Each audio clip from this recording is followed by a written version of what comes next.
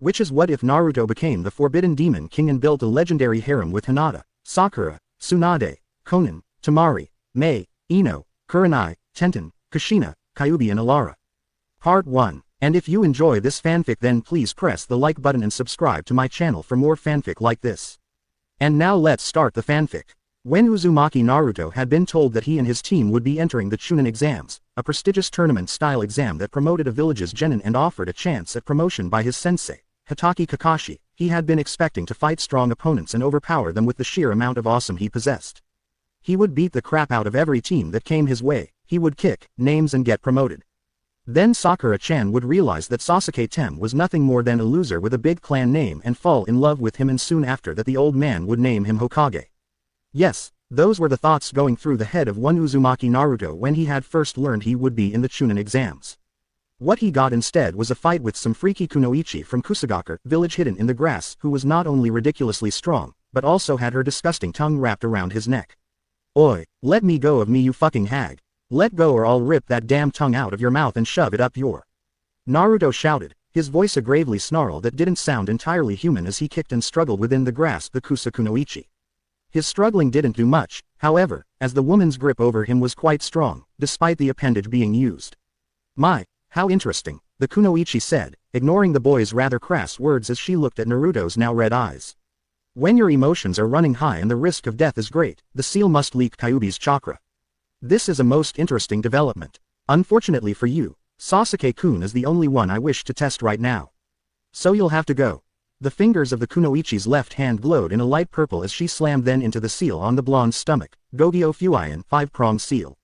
Naruto let out an intense roar of pain as the woman slammed her hands into his abdomen. Every muscle in his body spasmed as his body lost control of his normal functions. It felt like his finger had gotten stuck in a socket plug, or a current of lightning was racing through his veins. The soon became so intense that his eyes rolled into the back of his head and his body slumped in the kunoichi's grasp. Now that that's over with, the kunoichi tossed Naruto away, not caring if he fell to his death. The blonde was lucky Sakura decided to do something useful for once and managed to pin him to a tree with a well-placed kunai. The kunoichi turned her attention back to Sasuke, who was still quivering in fear. Now my dear Sasuke-kun, show me how strong you are. Birth of the new Demon King. Naruto gave a soft groan as he opened his eyes, blinking a few times as he sat up. Great, Naruto groaned as he looked around the dank and darkened hallway. It wasn't hard to recognize where he was. If the craggy and cracked walls didn't give it away, then the knee-deep water soaking the floor would. Looks like I'm in a sewer of some kind. How the hell did I get here? He frowned as he looked around. This place looked nothing like the sewers of Konoha, and he had traveled those sewers many times to escape the occasional drunk who wanted revenge against the Kyuubi brat. The main difference he noticed were the pipes that were traveling along and through the walls and ceiling. They were glowing blue. He absently wondered what the hell was in those pipes to make them glow blue. His thoughts were derailed when his eyes saw that one lone pipe was red. Standing up he began walking down the hall, following the red pipe, which was the only one that traveled down the hall. When he came out he found himself standing in front of a gate. A very large gate, nearly 20 times his size and with fairly large steel bars. In the middle was a large piece of paper with the kanji for Fuian seal on it. However, it was, surprisingly enough, not the gate that got his attention, but instead the two people that were standing near the gate. The first was a man with long whitish blonde hair that went down to his back in a strand of messy spikes. His clothes consisted of a yellow headband, a yellow obi sash, and white pants. He was not wearing any shirt, allowing Naruto to see that the man was fucking ripped, lean hard muscles compacted on his frame giving him a look that spoke of both immense and power and overwhelming speed. His face twisted into a smirk as he saw Naruto. The second figure was that of a young teenage girl maybe 4 years older than Naruto, kneeling before this man in a bow of submission just behind the cage. She had long red hair with streaks of gold that were highlighted in it, her long locks went into 9 ornate braids that reached her lower back. 2 bangs framed a face that was beyond perfect, a slight mixture between oval and heart-shaped. Her face had a regal beauty about it, with higher-than-average cheekbones that still managed to retain a soft look, a small button nose and cupid bow, lips which were a rich red color. Naruto felt it would be very easy to mistake her as some kind of Harem princess or at the very least a rich noble. Her skin was a pale porcelain color, giving her a delicate and smooth as silk look. She was wearing a red kimono that went down to her feet, with 2 slits running down the sides, and a V-neck cut in front, showing a little of her generous assets. She had an hourglass figure that civilian girls could only dream of, and even the most active kunoichi would kill for. All in all, she was very beautiful. In fact, Naruto had never met anyone prettier than this girl, and considering he had met the likes of Kurenai and Anko, that was saying something. However, the most notable features on the girl were the 9 fox tails laying limply behind her. The man prodded the woman who was kneeling and turned her attention towards the blonde. Naruto saw the woman's eyes were a deep and intoxicating color of red with black slits running down the middle. He also took note of the shame that was currently written all over her face. Absently, he wondered just how he could read her face so well, but didn't dwell on the thought for long. As Naruto walked up to them, the man grinned. "I'm pleased to see you, Gaki. I had been hoping we would meet soon. But that damn seal kept getting in the way." At the word seal, Naruto stopped walking. He looked at the man for several seconds, before turning his gaze onto the woman.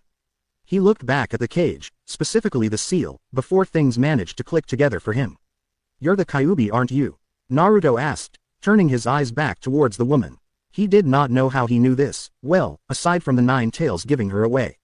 However, Naruto would have normally not noticed those details right away, despite how glaringly obvious they were.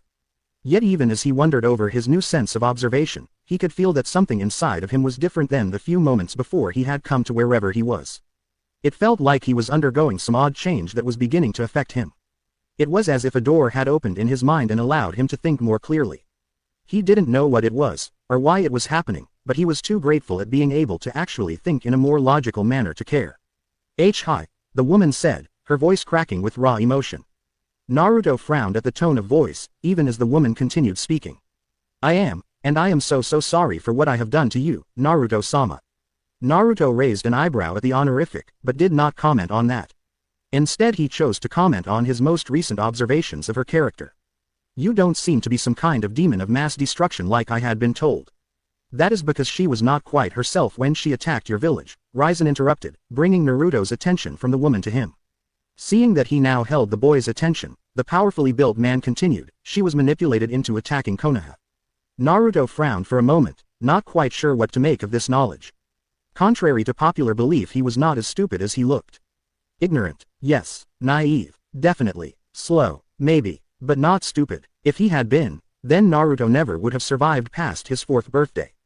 His problem had always been his notoriously short attention span, which was due to the nearly unlimited amount of energy he possessed. That overabundance of energy made it hard for him to concentrate on any one thing that he found interesting for too long. However, even with his newfound ability to think, he did not know what to make of the knowledge that had just been presented to him. In the end, he decided to put what he had heard on hold for a moment so he could deal with something less troublesome than the possibility that Kyuubi may not be a raging beast of hate and destruction. With that thought in mind, Naruto turned his complete attention on the male of the duo, and in a blunt manner said, "And who the hell are you?" "My name is Raizen," the man said with a smirk. He sounded amused by the blonde's blunt words, and perhaps even a little impressed. "I am one of the 3 demon kings of Makai, but more importantly, I am one of your ancestors." Naruto's eyes widened at the comment, surprise overtaking his features. My ancestor. This was definitely not something he had ever expected, though he had never expected to meet his tenant either. His mind went to thoughts on what Raizen meant when he said Demon King. It was definitely a title of some kind, and it was obvious from the way Kyuubi was being so subversive to the man that it meant he held a higher status than Kyuubi herself. Did that mean this man was more powerful than the supposed most powerful Biju in existence? Raizen nodded. "That's right. You are a direct descendant of me, and I suppose, in a way, my successor." "Successor?" Naruto asked, confused. "So I'm a demon." Had he heard that before coming here, wherever here was, he would have been depressed at the knowledge that he was no longer human. Or had never been human. But even as he felt the small amount of sadness and fear creep into him, he could feel it being squashed by something else inside of him. Something that was changing him. Maybe it was a demon's pride, maybe it was just accepting the inevitable, or maybe his whole outlook on life was being fundamentally shifted to one where he looked on the world and everything in it with apathy. He couldn't say for sure, all he knew was that he didn't particularly care that he was a demon. "Well, part demon anyways," answered Raizen. "You are my heir. You see, I died around 600 years ago after I had fallen in love with a human. She was a doctor and had nursed me back to health after I had been injured. After that I promised never to eat another human again." "Wait a minute," Naruto screamed, interrupting the man as an old part of him came to the fore. The incredibly stupid part that often put its foot in his mouth. "What do you mean you ate humans?" The thought of killing didn't bother him like it probably should have. Indeed, While Naruto had never thought about killing before, and it had even repulsed him when he had learned how closely entwined death was with being a shinobi during the mission to Nami no Kuni, the thought of killing humans now didn't bother him at all anymore. It was just another one of those changes he was likely undergoing. He didn't particularly have any feelings on whether or not humans were killed. But eating one sounded disgusting. Stop yelling, damn it, Ryzen yelled back. Yes, I ate humans. I could not gain sustenance from anything else, they were my source of food and strength. However, after I fell in love, I vowed not to, and in the end, I died. So how are you here then? Naruto asked as he looked around. A frown marred his face as he just now remembered that he had no clue where he was. And where the hell is here anyways? This is called a mindscape, Ryzen said, a fanged smirk on his face. More specifically, this is your mindscape. This is my mind, Naruto asked, receiving a nod. A disgusted look soon passed over the blonde's face. Kami, this sucks, my mind is a dump. Yes it is, Ryzen said, snickering a bit. Naruto glared at him, but it did not seem to affect the man. However, that is not really your fault. You see, the seal that keeps Kyuubi here at bay, also keeps your potential at bay. What do you mean? Asked Naruto with a quizzical expression. I doubt he meant to, but when your father sealed the Kyuubi inside of you. My father, Naruto shouted again, his eyes narrowing. You mean to tell me my father is the reason I'm hated? Didn't I tell you to shut up? Risen yelled, unleashing his power on the blonde, making Naruto tremble and fall to his knees, gasping for breath. Yes, your father is the one who sealed Kyuubi inside of you, he did not have much choice. It was either that or allow you and your village to be burned to the ground. Now don't interrupt me again or you will regret it. Naruto gulped and quickly nodded. This man's power was on a scale of its own. The blonde couldn't help but feel like he was in the presence of Kami. That was how powerful the man was. He had no desire to test this, Ryzen's, patience. He vowed to keep his mouth shut until this Ryzen finished speaking. Good, Ryzen said, letting up on his pressure and allowing Naruto to stand, albeit shakily. Now as I was saying, your father, who was also my descendant, was forced to seal Kyuubi into you.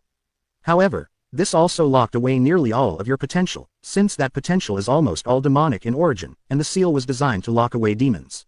Almost, Naruto questioned. Yes, almost, Ryzen said. You see, you are also of the Uzumaki clan, a clan that, like the Uchiha and Senju clans, is descended from the man you know as the Raikudo Sennin. Ryzen quickly saw the blonde's blank look inside. He had forgotten that while Naruto may be able to think more clearly, he still didn't know anything due to his not paying attention in class. And he wasn't even sure the boys' academy would have taught about the Raikudo Sennin. Thus, he decided to explain. The Raikudo Sennin is a legend amongst the humans and was considered to be the first shinobi. He was the creator of modern-day ninjutsu, and was considered a god amongst your people. Ryzen paused, allowing that information to sink in, before he continued. But that is neither here nor there. What is important is that thanks to what that snake-summoning ninja did to you, it blocked off the effects of the seal, granting you access to your power and heritage. I see, Naruto said, going into a look of deep thought for a moment. That's why I feel so different, isn't it? Yes, Ryzen said, sounding pleased that Naruto realized that fact so quickly. With your demonic heritage unlocked, your mental paradigm is shifting. I'm sure you can already feel some of the differences. You're thinking more clearly, your logical thought processes are working much more efficiently, allowing you to come to conclusions that you have never been able to before. You're more observant as well. These are all small changes in your psyche that are being affected by your demonic side being unsealed. Naruto nodded his head, before getting to something he had wanted to know since showing up in his mind. That still doesn't explain why you are here. Isn't that obvious? Ryzen asked rhetorically. I was summoned here to help bring out your full potential. Naruto blinked a few times, and how are you going to do that? The rather insane-looking grin that Ryzen gave him sent shivers down Naruto's spine. That should be easy. I'm going to beat the shit out of you until you get stronger. Before Naruto knew what was happening, Ryzen appeared right in front of him, smashing a fist into the blonde's stomach and sending him flying. Birth of the new Demon King. Sakura did her best trying to keep an active vigil over the love of her life, one Uchiha Sasuke. However, if the bags under her eyes, the way her head kept lolling down, and her completely slouched posture was any indication, the girl was exhausted beyond all belief. She had been awake for almost 24 hours now, foregoing even short naps, since she did not know if or when an enemy would attack. Sakura knew she had to keep constantly alert, constantly vigil. Yet, even as these thoughts crossed her mind, her head once more began to nod off, eyes closing as exhaustion started setting in. Crack, it snapped back up when she heard the sound of a twig snapping. Her eyes now wide Sakura's head swiveled around to see a squirrel running towards her. She gave a sigh of relief when she realized it was not an enemy, however, her eyes widened again when she saw where it was running. In an act of desperation, she threw a kunai at it. Luckily for the squirrel, it hit the ground right in front of it, causing the creature to squeak and run off. She let out a relieved breath as she watched the small forest critter scurry away, then turned back to watch her teammates. Once more, Sakura attempted to keep her silent vigil. She had no clue how long she sat there, staring at her teammates and occasionally looking around at the surrounding forest, but soon enough, her head began to nod and her eyes began to close. That was when she heard a chuckle coming from in front of her. Looking up, it was to see the 3 Oto genin that had attacked Kabuto before the first exam. The boy on the far left had spiky, dark hair and dark eyes. A large beige t-shirt covered his upper body with the word, death, inscribed upon it in kanji on the front.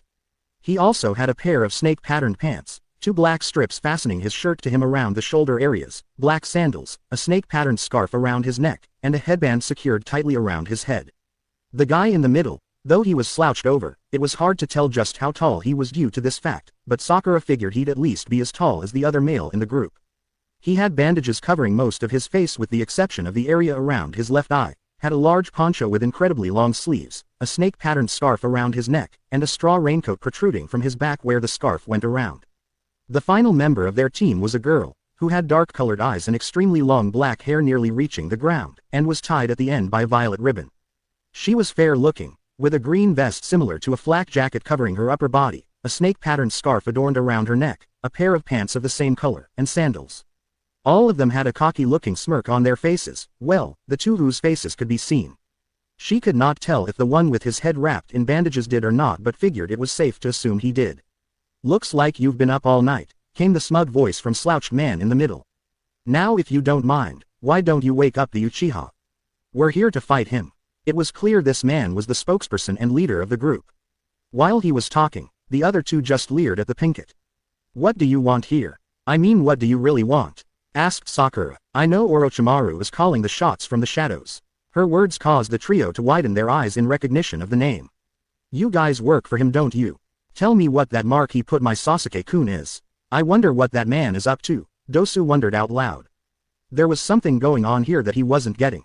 Out of the 3 of them, he knew what the mark the girl was talking about was, having seen it on Orochimaru's elite before. Why would their leader give the brat they were supposed to kill such a powerful mark? He shook the thought off. Who was he to question Orochimaru's methods? HMPH, I can't stand hearing some snot-nosed little brat talking down to me like this. First I'll kill you, little girl, and then I'm gonna kill Sasuke.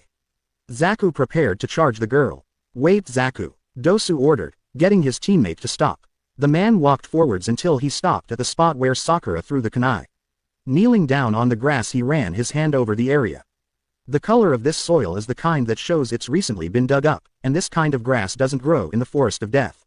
It looks like you tried to set a trap for us, rather poorly I might add. Sakura paled, causing the 3 Oto ninja to smirk before they leapt over the ground. Before they reached the apex of their jump, Sakura smirked, using the kunai in her hand to cut a strand of ninja wire attached to the kunai embedded in the ground next to her. As the second wire was cut, a large log came flying towards the 3 Oto genin. While the 3 Oto ninja were slightly surprised at the second trap, it wasn't so surprising that they couldn't do anything to defend themselves. Dosu placed the hand with the odd metal gauntlet on the log and channeled some chakra into it. The results shocked Sakura as the log was split in 2, leaving the trio's progress to her unimpeded. Her eyes widened as the 3 descended towards them. As her mind registered that she was going to die, a loud shout of "Konoha Senpu Leaf Hurricane" distracted her from the defeatist thought, and a green blur appeared in front of the 3 Oto genin, knocking each of them away with a kick. As the green blur stopped moving, Sakura managed to recognize the familiar figure. Lee, she thought, confused. She remembered how he had fought and defeated Sasuke before the first stage of the exams. Why would he help her? "Who the hell are you?" Zaku shouted as he stood up and rubbed his sore cheek. "I am Konoha's beautiful green beast, Rock Lee," proclaimed the bowl-cut, spandex-wearing genin. "Lee, what are you doing here?" asked a bewildered Sakura. The boy looked back at her and grinned. "I will always appear whenever you are in danger, Sakura-san." He reached over towards his shoulder and gently grabbed the squirrel sitting on it, before setting the woodland creature on the ground. "It's all thanks to you, little guy." Sakura gave the boy a smile. She may not like him, but at least he was doing something to protect her. "Thank you, Lee." Lee gave her a thumbs up before turning to the Oto genin. I said it once before, I'll protect you, till the day I die. Dosu eyed the green-clad genin wearily. He knew better than to judge the boy because of his terrible fashion sense. That speed he had shown proved he was good. No matter how good he is, he's no match for all three of us, Dosu thought as he began to advance towards Lee. Darting forward, Dosu uncovered the odd gauntlet he was wearing, rearing his fist back to strike at the genin. Much to his shock, said boy waited until he was halfway there before slamming his hands into the ground and pulling out a large chunk of rock and dirt. Dosu's arm hit the rocks, causing it to explode. While I have not seen you fight, I remember seeing you use that strange gauntlet against Kabuto-san, Lee stated calmly. Because I don't know what it does, logic dictates that I shouldn't let you hit me with it. Dosu narrowed his one good eye as he landed on the ground before rushing back towards the Konoha genin. Lee waited for his opponent to calmly, and when Dosu was in range struck out with a right-left combination. The right fist was blocked but the left happened too fast for Dosu to see it until it was too late. Dosu stumbled back and was then kicked in the ribs and went flying back a ways. Grunting, he got back up and was forced to jump out of the way when Lee sent a punch at him that was strong enough to make a crater when it hit the ground. Lee stood back up and faced Dosu, who came back at him. Dosu swung at Lee with the arm that did not have the gauntlet attached to it. Lee blocked the arm, grabbed onto his as he threw his opponent into a tree, leaving a small impression. Dosu narrowed his visible eye as he pushed himself out of the impression he was in before charging at Lee again. Realizing that straightforward tactics wouldn't work, he decided a little deception was in order. Coming in, Dosu made a feint with a high punch. When Lee moved to block him, he switched attacks and came in with a kick that caught Lee unawares. By the time Lee had recovered, Dosu was nowhere to be seen. A kick to the back of his head sent Lee stumbling forward before he felt a hand grip his leg and toss him into the air, then slam him into the ground. Lee got back to his feet and searched for Dosu. As he did, he felt a presence behind and saw Dosu coming in with his gauntlet-covered fist reared back. I am sorry, Guy-sensei, but I must use that jutsu, thought Lee as he unwound his bandages. As Dosu got within striking range, Lee disappeared from view before appearing below him and kicking the Oto genin in the chin, hard. As Dosu soared into the air, Lee appeared behind him, wrapping the mummified genin in his bandages. Then Lee started to spin, slowly at first, but it gradually picked up more and more speed until the pair looked like a drill plummeting to the earth. Oh shit, Zaku shouted as he saw the speeding drill that was Lee and Dosu. There's no way Dosu can survive something like this. The spiky-haired Oto genin began running through a quick series of hand seals, ending on the monkey seal. Take this, Omit Renge, Hidden Lotsu, yelled Lee as he released his hold on Dosu.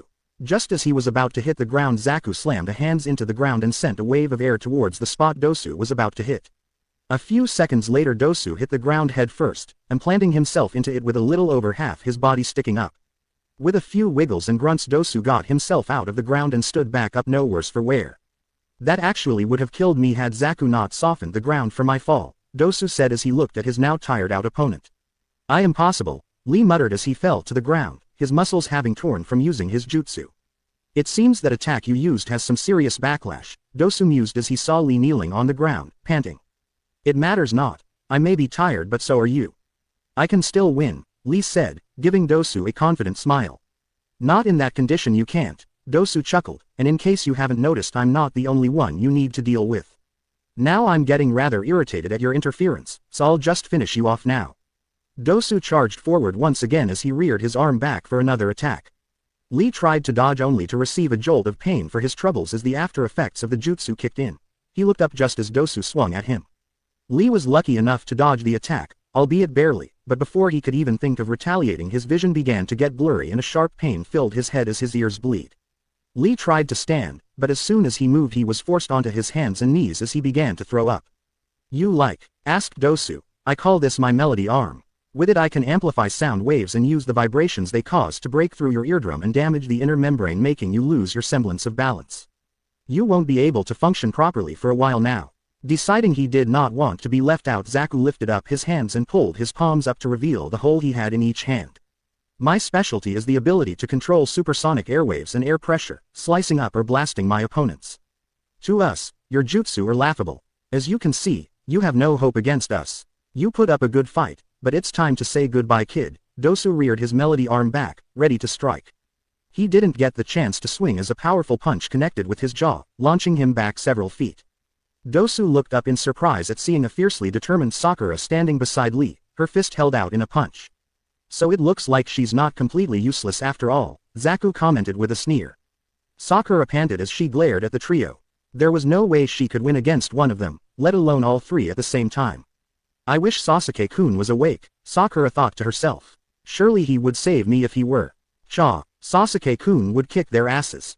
Came the voice of inner Sakura, the alter ego that existed inside the Pinket's head. Unfortunately Sasuke was unconscious and Lee was beaten. He had protected her while Sasuke was out of it, so the least she could do was help him until Sasuke could wake up and save them. Sakura-san? Asked a wide-eyed and surprised Lee. Don't worry Lee, I can at least hold them off for a bit while you recover, Sakura said with a determined expression. Hey, I don't even know if she's worth the effort, Zaku commented. Well then, why don't I take care of this? Kin asked rhetorically. Sakura looked at Kin before dashing towards her. She flung several shuriken before going through a set of hand seals. Kin blocked or dodged all the shuriken and looked at the Pinket only to see 3 of her. You don't honestly think a pathetic jutsu like that is going to work, do you? Snorted Kin as she threw several senbon at Sakura. All 3 Sakuras burst into smoke with the one in the middle also being replaced with a log. Sensing a presence behind her, Kin turned to see 3 more Sakuras, all of them doing hand seals. Kin gave a grunt of annoyance as she tossed more senbon. Once again, the 2 on either end disappeared in a puff of smoke while the middle one was replaced with a log. Kin spun around just as Sakura appeared behind her, blocking the punch the Pinket sent her before lashing out with her own fist. Sakura stumbled back, giving Kin the opportunity to knee the girl in the gut before kicking the back of her legs, forcing Sakura onto her knees. Then she grabbed Sakura by the hair, pulling on it as hard as she could, forcing Sakura to yelp in pain. Well, get a feel of this, it seems her hair is softer than mine, Kin's smirk turned into a disgusted sneer. If you have time to take such good care of your hair, you could have spent it better training. You're not even a real kunoichi, are you? Probably just a pathetic fangirl for the Uchiha boy over there. Hey Zaku, why don't we kill that Sasuke guy in front of this little bitch? Hey, it would be my pleasure, Zaku said as he made his way over to the shelter. Tears began leaking out of the corner of Sakura's eyes. Everything was going wrong. Sasuke was unconscious and about to be killed, and these people were going to force her to watch. These things weren't supposed to happen. Sasuke was supposed to wake up and save her, and then they would get married and she would have his babies. And now they were both going to die. Despite having nothing to do with her current predicament, she blamed Naruto for not being awake to help her protect Sasuke. A yank on her hair brought her head back up. Come on, pay attention. My teammate is going to kill your boyfriend, I wouldn't want you to miss it. Sakura's eyes widened. I can't let them kill Sasuke-kun. Sakura brought her kunai up, causing Kin to take notice. You don't seriously think you can get me like this, do you? Kin asked with a superior smirk. Don't be stupid, you're too weak to get me. Who said this was for you? Wah. Sakura slashed the kunai up behind her, cutting off her hair and surprising Kin. Standing up, the pink-haired girl reared her head back and smashed it into Kin's face, causing the girl to stumble back. Sakura then raced towards Zaku, who had taken notice, and began several hand seals. Zaku sent a blast of airwaves at her, but Sakura replaced herself with a log, reappearing on his left doing more hand seals. Gah, you're so annoying, Zaku shouted as he released more airwaves. However, Sakura once again replaced herself with a log, this time appearing above him. That stupid technique will only work so many times. He flung a kunai at her and then began searching around for where she would appear next. After a while, when she did not reappear, he blinked, then became surprised when he felt blood splatter onto his face. He looked up to see Sakura with a kunai in her forearm still descending on him. She jabbed her own kunai in his left forearm while biting onto his right hand. The two tumbled to the ground with Sakura on top and keeping Zaku from using his airwave attack. Gah, you bitch, get off. He began to smash a fist onto her head attempting to get her off of him. You goddamn crazy bitch. Get off. Birth of the new Demon King. Ever since the start of these exams, things have been nothing but trouble for the members of Team 10. Their first problem had come from Shoji, who, after several days within the forest, had begun to complain about the lack of food. Thus, Ino had been forced to bully Shikamaru into catching some fish. The second problem had come from the task itself, namely, they hadn't been able to get the other scroll they needed. It hadn't helped that the few teams they had run into had been way too strong for them, and the only time they had run into a single ninja, it just had to be last year's Rookie of the Year. And that was a guy Shikamaru wouldn't face on his best day. Needless to say, the whole thing was very troublesome. If that wasn't enough, and these exams hadn't already gone pear-shaped, the three of them had run into the most troublesome situation to date. Shoji, Ino and Shikamaru had just been minding their own business, trying to find some weaklings they could get a scroll from, When they had stumbled on the scene and watched in horror as one of the people they knew from the academy was getting her face beaten in. "What do you want to do, Ino?" asked Shikamaru, for once his voice not sounding lazy. It was troublesome, but much as he just wanted to watch the clouds or go to sleep, now was not the time. Ino bit her lip as she remained silent. She didn't know what to do. A part of her wanted to help her former friend. She could still remember how she first met Sakura. The Pinkett had been getting picked on by Amy, a former classmate of theirs that had failed to graduate. She had helped chase them away, then discovered they had been making fun of Sakura for her large forehead. Ino could still remember the day she had given Sakura the red ribbon she had used to wear back at the academy, claiming that if she made a big deal of her forehead, then others would simply make more fun of her. They had been best friends up to that point, until Sasuke had come along. It had been 6 months into the academy when Sakura had given her back the ribbon she had given the Pinkett as a sign of their friendship, claiming that they were rivals from now on for Sasuke's affection. To this day, she and Ino were still enemies. And yet at the same time, "Ino," Shikamaru said, snapping the blonde from her funk. She looked over at her lazy teammate to see the serious expression on his face. "She's your friend, isn't she? Didn't you two know each other really well in the academy?" Ino looked at Shikamaru, before looking back at Sakura, who was still taking a beating. A determined expression came onto Ino's face as she stood up. "Let's get out of here." Birth of the new Demon King. After bashing Sakura in the face several dozen more times, Zaku finally managed to pry the girl off. The girl had been pretty damn tenacious, hanging on like a pit bull once it got its hands, or teeth as they were, a bone. Zaku had lost count of the number of times he'd pounded his fist into the girl's head, but the last one finally managed to dislodge her. As Sakura was sent sprawling to the ground, he stood up, a scowl on his face as he glared down on her. "Damn bitch," Zaku growled, anger and hatred permeating his voice. "I'm gonna blow you away, you little cunt." The Oto Genin's hands were quick to come up, the blowholes within his appendages practically humming with chakra.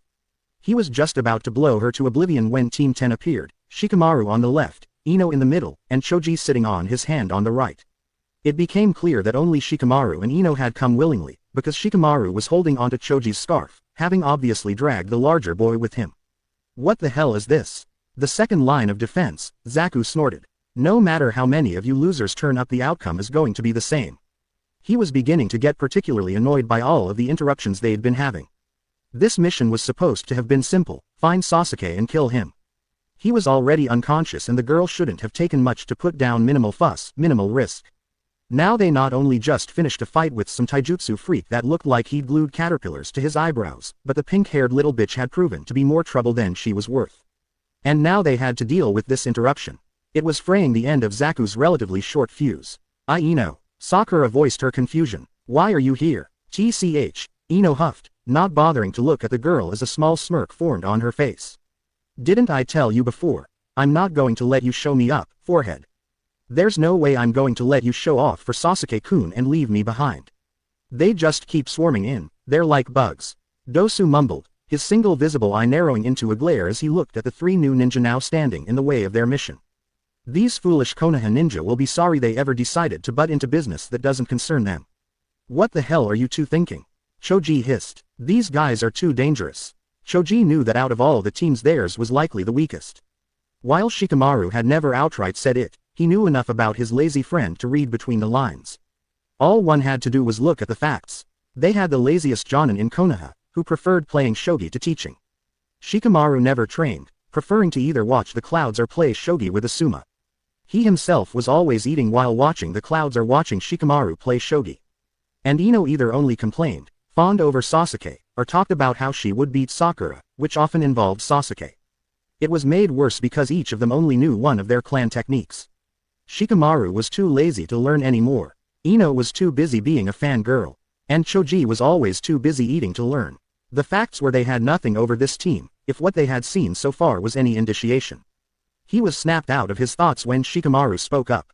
"It's troublesome, but we have to do this. Now that Ino's shown herself, we men can't just run away." "Sorry I got you two involved," Ino apologized. "But we are a 3-man team, we do everything together." "Meh, whatever happens, happens," Shikamaru shrugged. "We'll find a way to deal with this." But I don't wanna die yet," whined Choji as he turned around and attempted to make a run for it. However, Shikamaru had latched onto Choji's scarf to keep him from leaving. "Come on, Shikamaru, let go of my scarf." "Hehe, you can leave if you want, fatty," Zaku said, grinning darkly. Choji stopped moving completely. All thoughts of leaving disappeared when Zaku said those words. What did he just say? I couldn't hear him too well. I said you can go back into the forest and yourself. Fat, Zaku exclaimed. Oh no, now he's done it. Shikamaru muttered a quick curse of troublesome under his breath. That word is taboo for Choji. Choji did complete 180 turn around as steam began to pour out of his ears. I'm not fat, you stupid piece of shit. I'm big boned, and now I'm gonna squash you. Alright, now we're talking. Ino cheered, while Shikamaru muttered a quick, troublesome. Take it away, Choji. With pleasure. Choji put his hand into a ram's seal. Baika number jutsu, double weight jutsu. Right before the eyes of everyone present, Choji's body quickly expanded to nearly 3 times his size. Too many, he looked like a giant balloon. His limbs and head were pulled into his clothing, with chakra coming out of the holes, turning him into a giant ball. Nikuden Shensha, human boulder.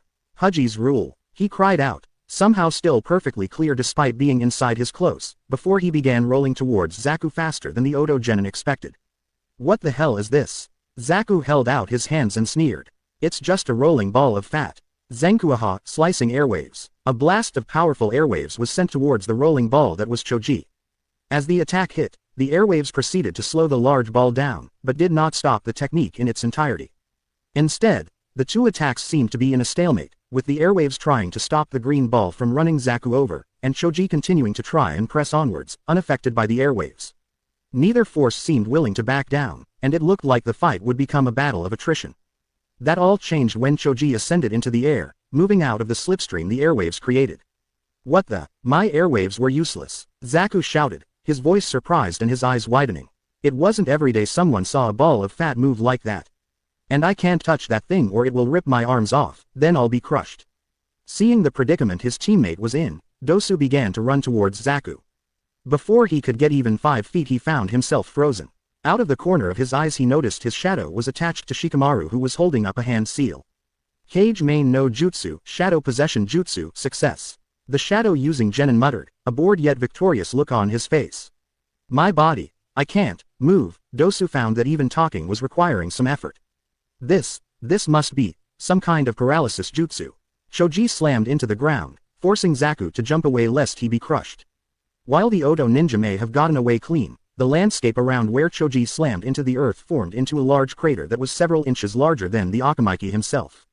Shikamaru put his hands on his head with the fingertips touching his head, forming an M and forcing Dosu to do the same. Dosu, what are you doing? Kin shouted as she saw Dosu moving into weird poses. Ino, now it's just the girl we need to take care of. Shikamaru shouted as he used his hands to make a pair of ears on his head, forcing Dosu to do the same. Got it, Shikamaru. Ino made a triangle hand seal, aiming it at the only female Oto ninja. Take care of my body. Ninpu. Shintenshin no jutsu, ninja art, body possession jutsu. Before Kin could do anything, the jutsu hit and the dark-haired girl's eyes seemed to glaze over. Ino's body swayed a bit before Shikamaru caught her, while Dosu made the same pose but caught no one. It's over now, the now-possessed Kin shouted as she pulled out a kunai. If you guys move an inch I'll slit this girl's throat. When I can't sense your chakra anymore I'll let her go. If you don't want it to end here I suggest you leave your scroll and get out of here. Both Dosu and Zaku just looked at her, confusing the Konoha ninja. However, when a smirk formed on Zaku's face, Ino began to get a terrible feeling in the pit of her stomach. Choji, she shouted, just as Zaku held up a hand towards her and sent a powerful airwave at the girl. Choji managed to get there in time, but due to the position of his body and the fact that he was spinning perpendicular to the attack, he was unable to fully block off the effects of the jutsu. In the end, while the attack may not have hit his teammate, Choji ended up smacking into Ino, sending her flying while he smashed against the ground several feet away, too dizzy to be of much use. The possessed girl hit the tree behind her, making her yelp in pain and cough up blood. Because of the effects of the jutsu, blood also started coming out of Ino's mouth. Ino, Shikamaru yelled in worry. These guys, they don't even care if they hurt their comrade, Ino said from Kin's body as she lay on the ground. Hey, I think you guys are confused about us, Zaku said darkly. Our goals are not the stupid scrolls nor to safely complete this exam, Dosu said, his eyes holding a dark quality that made him look slightly insane. We're simply here to kill Sasuke. The genin who had not known that felt their eyes widen in surprise. None of them could understand what was going on. Why were these people after Sasuke? As far as they knew, Sasuke had never done anything to warrant assassins coming after him. So why were these people so adamant on killing him? Damn it, this jutsu's gonna end soon. Shikamaru grit his teeth in frustration at the troublesome situation he found himself in. It looks like that girl's jutsu allows her spirit to enter the body of another. Dosu smirked under his bandages, however if her bleeding is any indication she receives any damage done to the body she enters. That means that killing Kin will also kill that girl. Oh man, this is bad. Shikamaru was sweating up a storm as he realized how terrible of a position they were in. Not only were these Oto ninjas stronger than they were, but they had now lost the element of surprise. The mummy-looking genin had already figured out his and Ino's jutsu, and Choji's jutsu were straightforward taijutsu attacks. No need for analysis there. And now they were in a bind. His jutsu had worn off, Choji was down and too dizzy to actually do anything, and Ino had already used her only jutsu and it hadn't worked out as planned. Shikamaru knew he would need to come up with something to get them out of this, and fast. Would you really kill your teammate? He asked, trying to stall for time. Anything, even a second or two would be good. The longer they lived, the better their chances of survival were. PSH, you seem to think we actually care about the girl, Zaku said, looking at the Konoha genin with a grin. The only reason she's even on the team is because her skills complement ours. But if she can't even keep from getting caught in a worthless jutsu like that, then she's just useless baggage. Bah, I can't take this anymore. Everyone looked up to see Neji and Tenten on a branch several meters above them. Neji scowled as he crossed his arms, some small-time ninja from a second-rate village like Oto fighting a bunch of kids. You called it a victory. He scoffed, how pathetic. They keep coming out like cockroaches, Dosu mumbled. Lee, Tenten muttered as she saw her teammate. Neji looked at her before look back at the battle, more specifically 3 Oto genin. He channeled some chakra into his eyes, causing veins to bulge around the sides of his head, and if one looked closely enough, inside of his eyes as well. The glare he sent the Oto ninja, enhanced by the bulging veins of his Byakugan, caused Dosu and Zaku to freeze in their tracks. The kid with the bowl cut is our teammate, it looks like you went a little overboard with him. So what if we did? What are you going to do about it? Zaku gave the Hyuga a defiant glare. Neji opened his mouth for a moment before he smirked and deactivated his Byakugan. I don't have to do anything. Everyone wondered what he meant with that statement, but it soon became clear when a vile and evil chakra descended onto the clearing. Everyone turned to see Sasuke, still on the ground, but with a violent purple chakra leaking out of his body like wisps of smoke. It wasn't long before the chakra covered his entire body, encasing him in an ugly purple barrier. Said barrier soon exploded, purple chakra lashing out in all directions. Sasuke was standing, his legs spread out, the upper half of his body slouched down in a slightly feral position. The right side of his body began to glow with odd orange markings that spread across his face, arms and legs like a parasite, strange symbols that looked every bit as evil as the chakra he was unleashing felt. Sasuke-kun, Sakura mumbled in shock, awe and more than a little lust as she saw all of the power he was emitting. This, Sasuke Uchiha said in awe, his eyes looking at the arm that was covered in all of the Fuinjutsu markings. This power, this is just what I need to kill Itachi. As if just noticing for the first time that he was not alone, Sasuke's head raised and his eyes sought out all of the people around him. Everyone his gaze landed on tensed, minus Zaku, who either didn't feel the power he was emitting, or simply didn't care. A sick grin spread across Sasuke's face. How come I wasn't invited to this little party? Birth of the new Demon King. Naruto was breathing heavily as he continued defending himself from Raizen's ruthless attacks. The man was absolutely insane. It was taking all he had not to get himself killed, relying more on dodging than blocking as the mon's hits hurt like hell. He had no clue how long this battle had been going on for, but he was beginning to tire. Come on! Raizen's yell resounded through the sewer as the Demon King continued kicking his blonde descendants. He sent several quick, straight jabs right to Naruto's face, who managed to dodge one by tilting his head as he backpedaled, and blocked the other with his left forearm. The wince Naruto made when he blocked the attack, however, let everyone know that it still did damage, even if it didn't hit its intended destination. Don't just dodge me, attack, stop being so goddamn pathetic. Naruto grit his teeth as he tried to attack, moving forward, fist cocked back for a corkscrewing punch. Only to get a fist smashed into his face. Naruto staggered back, and was not even given the chance to clear his head as Raizen kicked him in the gut. Naruto bent over Raizen's foot as he coughed up blood, folding like a chair when the mon's foot left his stomach. This is pathetic, Raizen sneered at the blonde. To think I have such a weak air. Naruto snarled as he leapt up. No one called him weak. He would show this man not to mess with him. Beginning his assault again, the blonde launched a flurry of strikes that were all dodged by Raizen. However, if one were to look at the attacks as they came, then they would have noticed how each punch seemed to become faster and faster. It wasn't long before Naruto's fists were a literal blur of motion, barely visible to the human eye. Fortunately for Raizen, he was no human. The fists, while fast, were still moving in slow motion to him. He dodged each and every attack accordingly, not even needing to use his hands to block the blows as he merely tilted his head and twisted his body. Not bad, but it's still not good enough. A loud growl emanated from Naruto's throat, and once more the blonde seemed to push himself to new heights. His attacks became even faster, his movements surer, his strength went through the roof. While none of the attacks had hit Raizen, he could feel the power rolling off the fists that came his way, each attack with enough force that his long and jagged-looking hair was blown back. Raizen smirked as a light red haze began to cover Naruto's body as the blonde's assault continued. His speed began to increase even more, his fists started moving so fast that Raizen was actually forced to block rather than dodge. As more and more power began emanating from the blonde, his speed and strength reached an unprecedented level. Excellent, Raizen said with a grin as he felt the strength of Naruto's hits, no longer able to dodge and thus relegated to blocking. They were not as powerful as his own, but the boy was still young and had not yet come fully into his demonic heritage. Given time and the proper training, Naruto could easily be just as strong, if not stronger than he was. Naruto did not reply as the red layer of energy turned black and covered his body even more, making it so that neither Raizen or Kyuubi could see any more than his outline.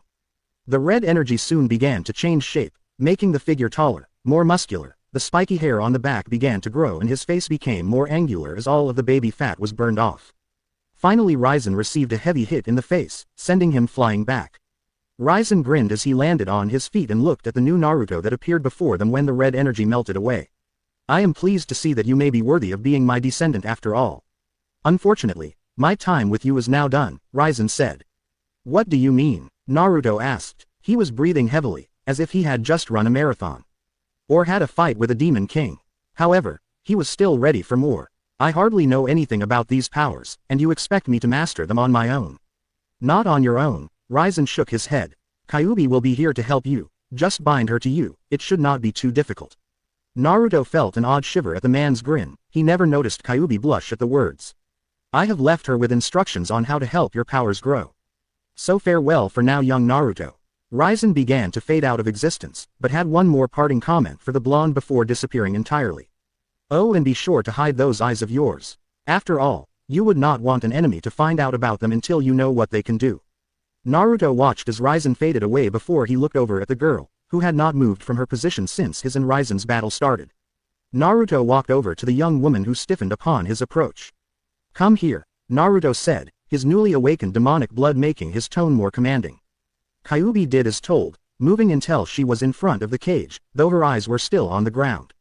Naruto reached out, placing a hand under Kyuubi's chin and lifting her face so he could make eye contact. After several minutes of watching Kyuubi fidget under his gaze, Naruto asked the question he had been wanting to know since he had spoken with Raizen.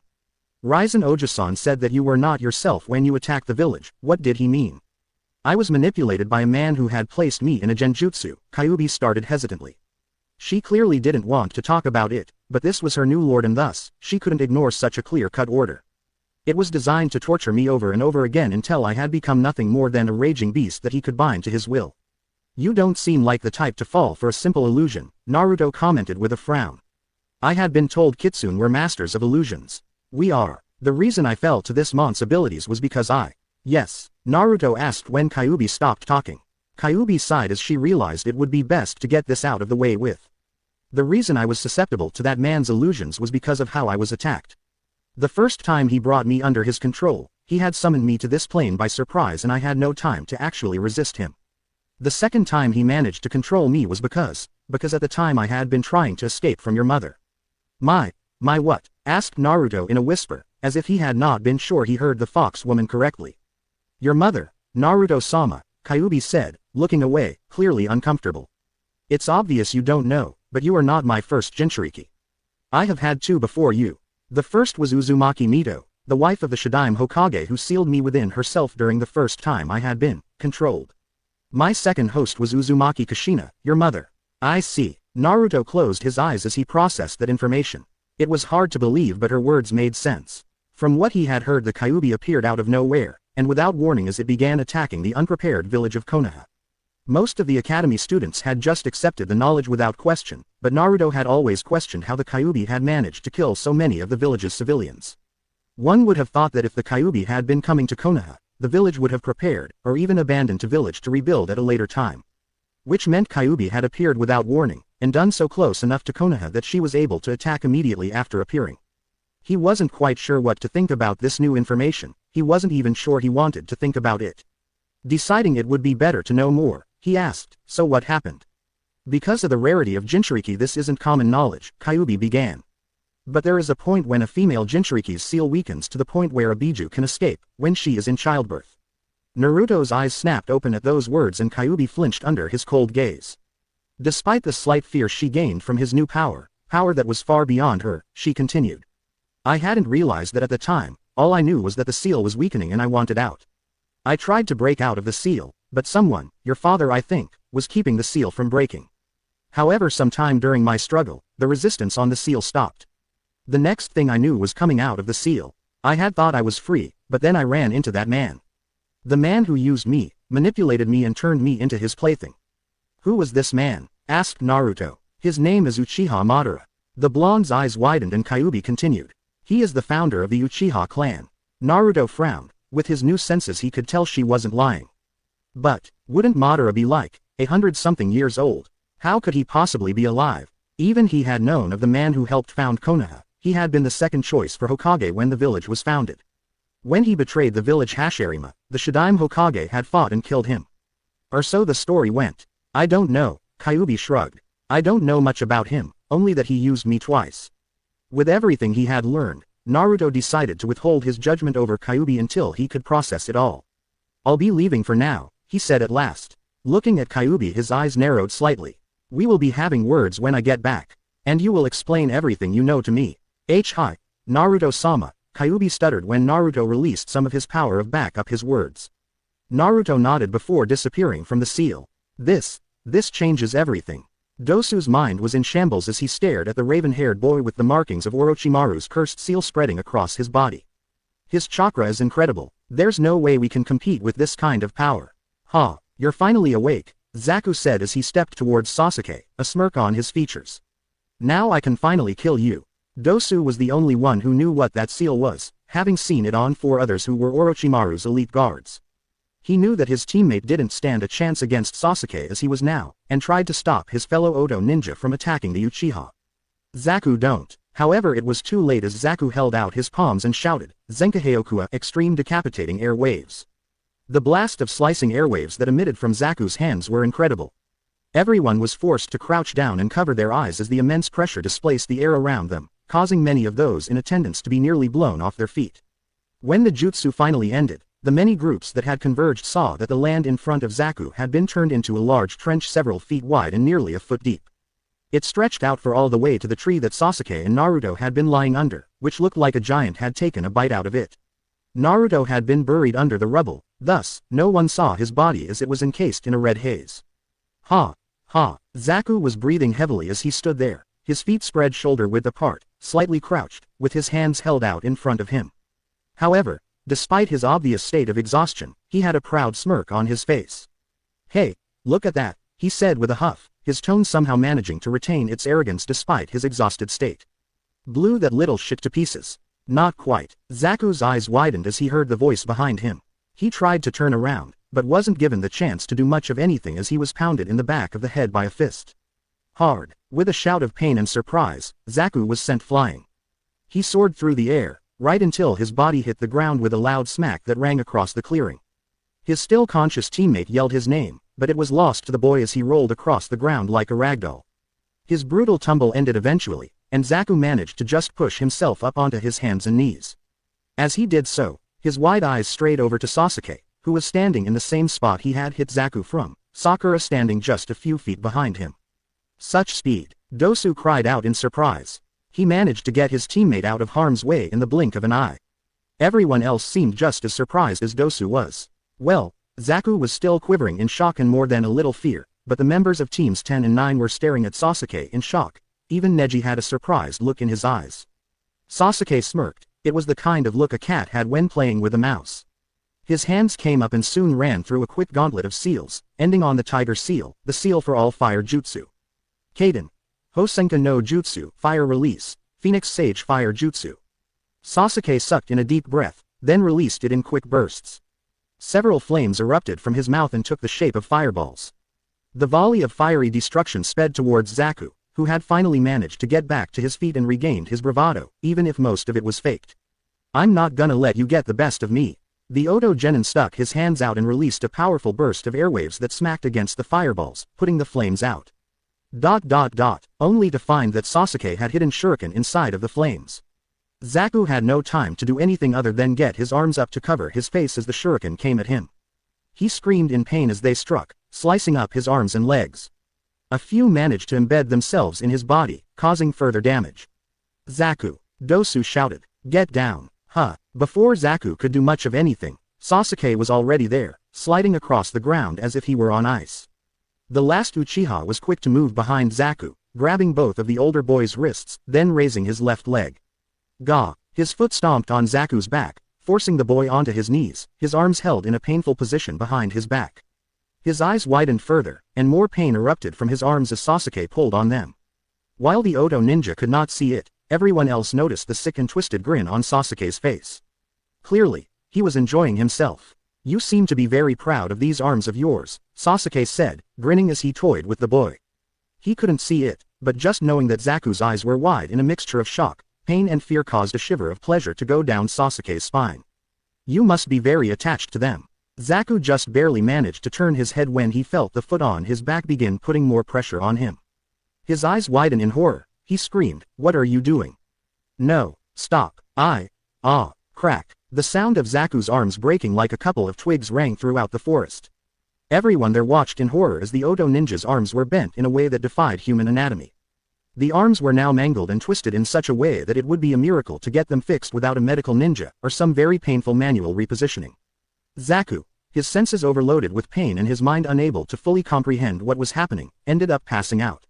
His eyes rolled into the back of his head, and as Sasuke let go of his arms, he fell down to the ground with a dull thud. With the one arrogant enough to actually challenge him now beaten, Sasuke looked up at the others in the clearing.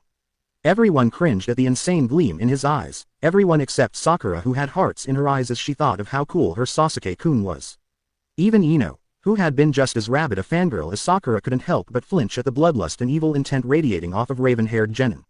However, Sasuke ignored them. They were just pests to be dealt with at a later time as far as he was concerned. Now who's next? Sasuke said as he advanced on Dosu, who began backing away in fright. The Uchiha noticed this and grinned. Scared? That's too bad. I was hoping you would provide more entertainment than that other one, but it looks like I'm not going to get even that. However, before Sasuke could get to Dosu, another powerful chakra came crashing down on the clearing, this one so potent that everyone, even Sasuke, was forced to their knees as they struggled to breathe.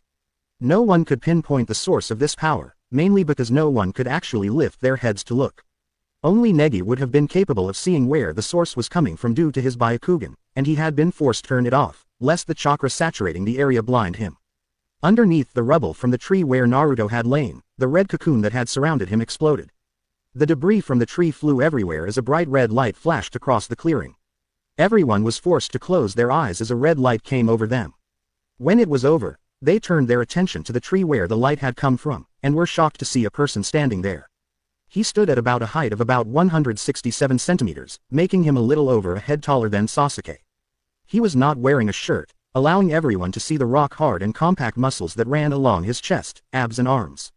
Streamlined, that was the closest word any of the people there could think of for his body type.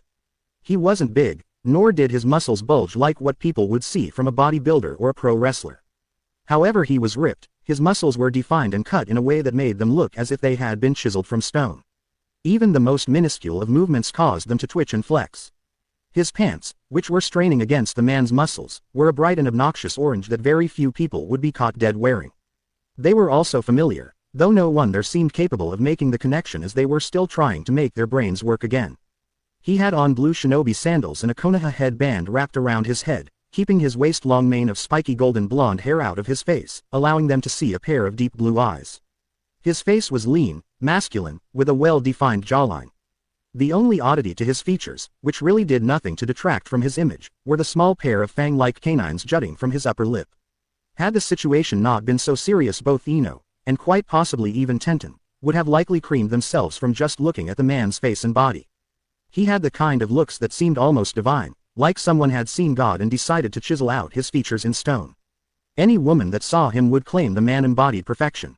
The blonde man walked out of the large hole he had made in the tree and looked around, eyeing each of the people there. I wonder what the hell is going on here? The man questioned in a deep voice, though it was clear the man was talking to himself. He did not seem particularly concerned about the situation he was in. If anything, he seemed amused. Sasuke looked at the man who was radiating power like beacon with jealousy. This mon's power was even stronger than the one he was using. That power should be his. Who the hell are you? Sasuke demanded to know, his Sharingan eyes glaring at the man. Combined with the cursed mark it made for an intimidating sight. The before him did not seem fazed in the slightest. Instead of cowering like most would have, he smirked. I'm surprised you don't recognize me, Tem. It hurts to know that my own teammate can't even figure out who I am. Sasuke narrowed his eyes as he registered what the man said, Dobi. Everyone looked over at the blonde in shock when they heard Sasuke's words. There was no way this ripped and extremely powerful-looking man could be the dead last of their class. Could there? Naruto laughed and gave Sasuke a mocking clap. So I see you really do have a brain in that head of yours. Sasuke growled, I'm gonna have to show you why you shouldn't insult your betters, loser. My betters, huh, Naruto said with a grin as he watched Sasuke get closer. To him, the boy was moving in slow motion. The blonde watched and waited, not even bothering to react until Sasuke was right next to him and preparing to send a punch his way. The young Uchiha didn't even know what hit him as Naruto's fist collided with his chest, the power behind the punch making it feel like his entire ribcage had caved in before he was sent flying. Everyone watched in absolute shock as Sasuke was sent sailing right into a tree, hitting the trunk hard enough to cause it to crack. Sasuke slid down the tree as his cursed seal receded, he was unconscious before he even hit the ground. Naruto ignored the shocked looks on everyone's face as he walked over to Dosu. Hand over the scroll now, or I'll finish what that little bitch of an Uchiha started, Naruto commanded. Dosu gulped as he grabbed his scroll, he knew better than to mess with someone who could defeat Sasuke with his cursed seal so easily. Here, will you let us go? Dosu asked as he tossed Naruto his scroll. Naruto caught the scroll and looked at it. Nodding with a satisfied look, he pocketed the scroll and gave Dosu a dismissive wave. Yeah, you can leave. Dosu held in a sigh of relief as he picked up Zaku and Kin, throwing one over his shoulder and the other in an underarm carry. Naruto waited until Dosu was out of sight, before turning around to face the Konoha genin. Yo, he said with a wave. Everyone looked at him, still stunned. Naruto, Shikamaru asked, his tone unsure. While he felt this was the best guess he had, mainly because of the kill me orange pants the man was wearing, it was still hard to believe that this man was the obnoxious loudmouth they had known at the academy. Shikamaru couldn't help but wonder what happened to the blonde. They had all seen him lying under the tree with Sasuke, and he had most definitely not looked like he did now. Which meant that something must have happened between those few seconds during the recent battle between Sasuke and the Oto ninja. But what? Shikamaru wondered. Unfortunately, even he couldn't come up with any explanation as to Naruto's extraordinary transformation. Naruto rolled his eyes. Who else would I be?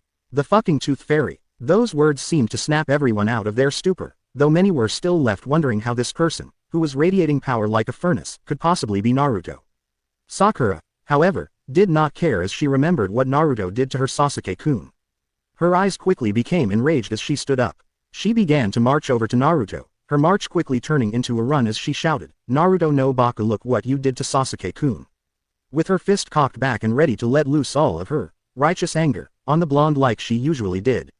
Naruto grit his teeth at the loud and ear-piercing screech the pink-haired banshee unleashed. Looking over at the girl, the blonde frowned as he saw her rush him with a fist cocked back to deliver her righteous fury. Not that he had any intention of letting her hit him anymore. He sidestepped her rather clumsy attack, chopping the back of her neck as she passed him to knock her out. As she fell face first to the ground, Naruto sighed and created two clones, one to carry Sakura and one to carry Sasuke. He looked over at teams 9 and 10, I suggest you guys get moving to the tower. With nothing left to say, the blonde leapt into the trees and disappeared. Was that really Naruto? Asked Ino. Now that the danger had passed, she felt herself shiver and slump to the ground. Her face became flushed as her mind remembered just how attractive the blonde had become. That is, if that was really Naruto. When did he get so hot? It looks like it, Shikamaru muttered, a disgruntled look on his face. It was clear he was not pleased with this new development. He also had no trouble expressing this through more complaining. This is just great, now that blonde is going to be even more troublesome. Come on, We'd better head to the tower so we can get out of this troublesome forest. Birth of the new Demon King. Naruto grinned as he and his clones hopped through the trees at a speed that would put most ninja to shame. He felt great. Ever since he had woken up, Naruto felt like his body had been hooked up to a power coupling. His chakra, which had already been quite large, was now through the roof. The second chakra system, which he recognized as his Uchiha, was a barely contained maelstrom of power, giving his namesake justice. He could feel it coursing through his body, rolling off him and giving him more energy than 1,000 ninja. He felt powerful, invincible. Absently, he twirled the new heaven scroll he had gotten from a group of unsuspecting AIM ninja that he had jumped around his fingers. It was amusing to see how pathetic some of the people entering this exam were. The 3 AIM ninja had been so busy trying to lay a trap for the clones he had sent after sensing them, that they had not even realized the real danger until he appeared within their midst. Now they were dead and he had their scroll. The blonde Uzumaki wasn't sure how long he had been in this forest, having been unconscious for some time during what he had decided to call his rebirth, since he felt it fit the description of his new changes. Currently, he and his clones were making their way towards the tower in the middle of the forest of death. He wanted to get there within the next hour. Naruto looked over to see Sakura starting to wake up. Her body was stirring and her eyelids were beginning to flutter. A frown marred the blonde's face. He didn't want to have to deal with the girl shrieking right now. Thankfully his clone noticed too and made sure her head hit on a tree branch so he would not have to listen to the pink-haired girl screaming. The blonde took a moment to wonder just what the hell his old self had been thinking when he thought he was in love with that girl. She was nothing more than an overly loud and abusive fangirl, one who used every opportunity she had to degrade and hit him. His thoughts on his former stupidity in liking a banshee like Sakura didn't last long, however, since he had far more important things to think about. Several minutes later Naruto found himself standing in front of one of the doors leading into the tower. After kicking the door open, Naruto walked in and looked around. The room was fairly large, with several red columns on either side acting as supports. The walls were a barren gray, with cracks and stains that showed just how old this tower really was. The tiles were white, and while the walls were in rough shape, the tiles looked almost brand new. Strange. Soon enough, the blonde's eyes landed on a large poster hanging on the wall opposite the door. Naruto's keen eyes were quick to pick up what it said. Realizing it was a riddle and what it meant, Naruto created a clone and handed it the heaven scroll. The clone looked at Naruto, and seeing him nod, they both opened their scrolls at the same time. On the inside of both scrolls were a mass of lines and squiggles. They varied in size, shape and length, all of them written around a circle that seemed to be the base. It took a moment for the blonde to recognize the symbols as seals, but when he did his eyes widened as he realized what they likely meant. With a shout to his clone, both he and his doppelganger were quick to toss the scrolls away.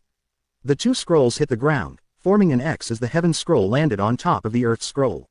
There was a burst of smoke, and when it cleared, Iruka was standing in front of Naruto. Iruka was a man of average height and build. He had brown hair that was being kept in a ponytail, dark eyes and a scar that ran across the bridge of his nose, which he has had since his youth. He was wearing the standard Konoha shinobi outfit complete with forehead protector, sandals and flak jacket. The only difference between his outfit and most others was that he had the sleeves rolled about a fourth of the way up his arms. Iruka-sensei, Naruto said with a small smile on his face as he saw one of his only precious people. Iruka was the first person to believe in him besides the Hokage, and one of the only people that Naruto considered family. Hello Naru, too, Iruka trailed off as he got a look at the new Naruto. His eyes widened in shock and for a second, it seemed he had been struck speechless. The scarred man managed to recover admirably, however, and was quick to ask, "What happened to you? You look different." Naruto finished for Iruka with a shrug and a grin. "Let's just say my bloodline awakened and leave it at that." "Bloodline?" Iruka asked in undisguised curiosity. "I didn't even know you had a bloodline." "Yeah, neither did I," Naruto said sardonically. At seeing Iruka's curious look he added, "I'll tell you about it later, sensei. Right now, I'm still trying to wrap my head around it." Iruka nodded. He was about to speak some more when he noticed Sasuke and Sakura knocked out on the floor a little ways away. His gaze turned curious as he looked back at Naruto. What happened to them? Naruto turned to look at his 2 teammates, then looked back at Iruka and shrugged. "Sakura got knocked out during our fight with some Odo ninja, and Sasuke got knocked out when this weird lady who can summon snakes gave him a hickey." Both were the truth in a way. Sasuke had been knocked out after receiving that mark. Naruto had just had to knock him out again so he would not try to do something stupid. And Sakura had been knocked out when Naruto fought those Odo ninja, she just hadn't been knocked out by the Odo ninja. However, small details like that really didn't matter. Iruka paled as he heard the part about them fighting someone who could summon snakes. Only 2 people had that ability and one of them was an S-rank traitor. If he was in Konoha then it could only mean trouble. Anyway, you might want to get Sakura to the hospital, and Sasuke should see someone about that seal on his neck, Naruto said. Iruka nodded as he regained his composure. Of course, I'll get the medical ninja here. In the meantime, why don't you head over to room 232 and get some rest? You have 2 days until the second part of the exams end. Naruto nodded. Right. At that very moment Naruto's stomach made itself known with a loud gurgle. Naruto gained a sheepish expression on his face as he rubbed the back of his neck. Hehe. Iruka-sensei, do you know if there is a cafeteria here? He had not really had anything good to eat in a while and his demonic transformation took up a lot of energy. Iruka shook his head at Naruto's antics. However, he couldn't quite keep the smirk off his face. It was good to see that, awakened bloodline or no, Naruto hadn't really changed much. Yeah, it's down the hall, 3 doors on your left. Thanks, Naruto said as he ran into the hall to get something to eat. Who knew that having your entire body structure changed in order to hold enough power to equal the greatest demon to ever exist would cause such an appetite? Birth of the new Demon King. A now full Naruto stepped out of the shower and began drying off. The first thing he had done upon finishing his conversation with Iruka was head over to the cafeteria and scarf down as much food as humanly, or as that demonically, possible. He was glad no one else had been there at the time, with most teams still outside in the Forest of Death, and the few teams that had made it likely resting. Naruto didn't want any of the other squads to know about his transformation yet. Naruto walked over to the mirror near the sink, wiping away the steam on it so he could see his face. Or more specifically his eyes, both the iris and sclera were a deep blue. Moving outwards from the center were concentric silver rings that spread out in a ripple pattern. Kyuubi had told him this was the Rinnegan, the most legendary of the 3 great Dujutsu and was rumored to be the progenitor for all Dujutsu. Whether that was true or not Naruto didn't know, but he did know the man who had created ninjutsu had these eyes. Though his were apparently different than the one that the Raikudo Sennin had. According to Kyuubi, the Rinnegan was supposed to be gray with purple rings. She had told him that the differences in color was likely due to his demonic heritage mixing with the Dujutsu, which also likely meant he would have some different powers than the original Rinnegan. He shook his head of these thoughts, not really interested in how he got it. Though he did make a note to himself to test his eyes' abilities when the second stage ended. Walking out of the bathroom, Naruto entered the bedroom where he grabbed his boxers and pants and put them on. The room only had a single bed, due to it being a one-person bedroom. He had decided that he didn't want to sleep with his 2 teammates when they got out of wherever they were, and thus had found his own room. The last thing he needed was for the Banshee to start yelling at him, or the Uchiha to annoy him enough that he would kill the brat in a fit of rage and lose his chance of becoming a Chunin. Sitting down, Naruto took up a meditative position and began focusing some of Kyuubi's chakra to his eyes. Naruto used a minor kitsune illusion to make them appear their standard blue color. Only other kitsune would be able to see through the illusion, and those with the Mangekyo Sharingan would be able to tell there was an illusion over his eyes. Or so Kyuubi had told him when she taught him the jutsu. Naruto created a shadow clone, and as soon as it appeared it took out a brush and ink and began to write seals along the wall for privacy. Most would probably be surprised that Naruto knew anything about the art of fuinjutsu. However, ever since he learned Kyuubi was sealed inside of him, he felt it would be a good idea to learn them. That way if anything happened to his seal, he would be able to do something about it. The blonde wasn't very far along in seals yet though, only being capable of making basic and a few moderately difficult seals. But he was getting there. With that done, Naruto entered the seal to speak with Kyuubi. Birth of the new Demon King. Naruto opened his eyes and walked through the cage, where Kyuubi was waiting in a kneeled posture with her head bowed in submission. What is it you wish of me, Naruto-sama? Kyuubi asked. Naruto resisted the urge to groan. First I want you to drop the sama crap. I hate titles, just call me Naruto. Kyuubi looked up at him with something akin to shock, but before she could speak Naruto started talking again. The second thing you could do is stop bowing to me. I have yet to actually do anything seriously worthwhile that would call for such a show of respect. I can't do either of those, Naruto-sama, Kyuubi responded with a shake of her head. Not only are you the descendant of Raizen, the most powerful of the 3 demon kings. And I couldn't care less, Naruto interrupted. Until I prove myself worthy of being Raizen Ojisan's heir, you will not call me Naruto-sama. I cannot do that, Naruto-sama, the red-headed demoness said again. You may not feel as if you have earned it, but the fact is that you are Raizen-sama's heir. Anything less than giving you the utmost respect is unbecoming of a demon. Naruto growled under his breath. He mumbled a few choice words that Kyuubi only picked up thanks to her enhanced hearing. They weren't very pretty words, and the redhead was unsure whether she should flinch or giggle at the profanities the blonde was spouting. It was so nostalgic. Fine, he ground out at last, breathing out a deep sigh. We'll discuss this later. I didn't come here to talk to you about that anyways. He crossed his arms and looked at Kyuubi, his gaze hardening. You are going to tell me everything you know about my mother, my father and Madara. You will leave nothing out. Right, Kyuubi said. She tried hard not to shiver at his tone and the power he was unleashing. Not only was it slightly frightening, but for a demon like her it was highly arousing. To a demon, power is everything, and those who have power are often the most desirable mates. With his new changes and demonic heritage unlocked, Naruto, like Raizen, was power incarnate. Kyuubi did her best to shake those thoughts off, however, as she knew she was not worthy of Naruto after what happened to him thanks to her.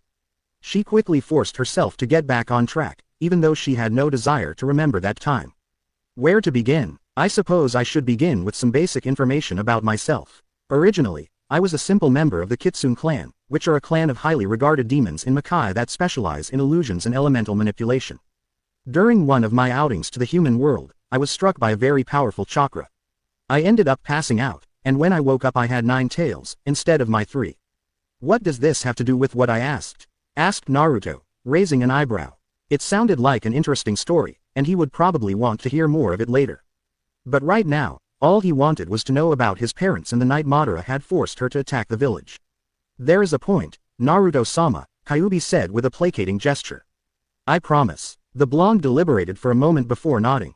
Kyuubi continued, when I got back and my family saw my 9 tails, I became the new head of the Kitsune clan. You see, no one else has ever possessed 9 tails. The amount of tails a Kitsune gains is equal to the amount of power they possess, and none had ever gained more than 8. In my clan we have a legend, one that states the Kitsune to gain 9 tails shall become the ultimate power and lead our clan to prosperity. In a way that did happen. With my power I was on par with 2 of the demon kings of Makai, able to fight them one-on-one and hold my own. Only Raizen was stronger than me, but he had recognized my power and I had been given a place at his side as his second in command. Life was good for my clan after that, she continued in fond remembrance. Her eyes glazed over slightly and a soft smile touched her lips. Even though Naruto was still slightly angry at her for attacking the village, manipulated or not, he couldn't help but think about just how beautiful she looked right now. Kyuubi was unaware of his thoughts, and thus continued without interruption. I held one of the most prestigious positions and my clan was highly respected by others. However, after Raizen died my clan was forced to take up the vacuum he filled. We were successful, for a while, but the power gap between Raizen and myself was vast, and it wasn't long before those seeking to gain power for themselves plotted against us. The 2 demon kings decided to work together and created an army that marched on our territory. We fought, of course, we fought with everything we had. But in the end, it wasn't enough. Most, if not all of my clan was killed, and I was cast out. I ended up making my way to the human world, where I decided to live until I was able to retake the throne that I had been tasked with guarding. During that time I traveled a lot, never staying in one place for too long. Everything was more or less fine, until he came. The way Kyuubi spat out the word, he, with such vitriol let Naruto know just how much she hated Madara. It happened so fast that I barely remember what happened. He somehow placed me under his control, and then reverse summoned me to a plane where I was forced into battle against Senju Hashirama. As you know, that battle ended up with me being sealed. I was rather angry about that. Now, not only would it be impossible for me to gain enough strength to retake Raizen-sama's throne, but I was sealed in some damn ninja. For years I tried to escape that prison. However, all my attempts ended in failure. Worse still, that woman was able to use some kind of chakra chains to keep me tied down like some kind of animal. Kyuubi's breathing had become slightly ragged as she remembered how she had been treated by that woman. Oh, how she hated the looks of pity she had received. Mito hadn't even attempted to realize why she was so angry, just went on assuming she was a dangerous beast with endless hatred. It pissed her off the no end. By this point, there was an aura of red yukai leaking from the red head. Her braided hair was swinging about agitatedly, much like her 9 fox tails were also doing. Realizing she was losing control of her emotions, Kyuubi closed her eyes and took several deep breaths. After a few seconds, she continued. I had hoped that I would be able to escape when she died, but it seemed they realized what would happen and decided they didn't want to lose me. I ended up being sealed inside of your mother when Mito was at the end of her life. I had almost given up hope of escaping when Madara let me loose and, well, you know the rest. Naruto nodded. Everything made sense now. From the reason he had the Kyuubi sealed into him, to the reason why the Kyuubi had ever been sealed in the first place. It was hard to believe, had Kyuubi told anyone else, not that she would, they likely wouldn't have believed her. But Naruto, having already met Raizen, was more or less forced to believe her words. They did, after all, coincide with what his ancestor said. I appreciate you telling me this, he said at last, shaking the lingering thoughts away so he could address the woman in front of him. While I find that a part of this is your fault, here Kyuubi flinched, I find that it is impossible to place all the blame on you. When the redhead turned wide eyes on him, Naruto grinned. Most of these troubles seem to originate from that human, Uchiha Madara. Had he not come, I doubt you would have been sealed. Do not get me wrong though, while I do not blame you for my parents' death, nor do I hold any ill will. I find myself disappointed by how you let a human control you. It was a bit odd to Naruto that he was no longer thinking of himself as human. He knew he wasn't human, of course, but he had expected a harder transition with more angst and denial. Though he wasn't going to look a gift horse in the mouth. Best to just be thankful he didn't have any problems being a demon.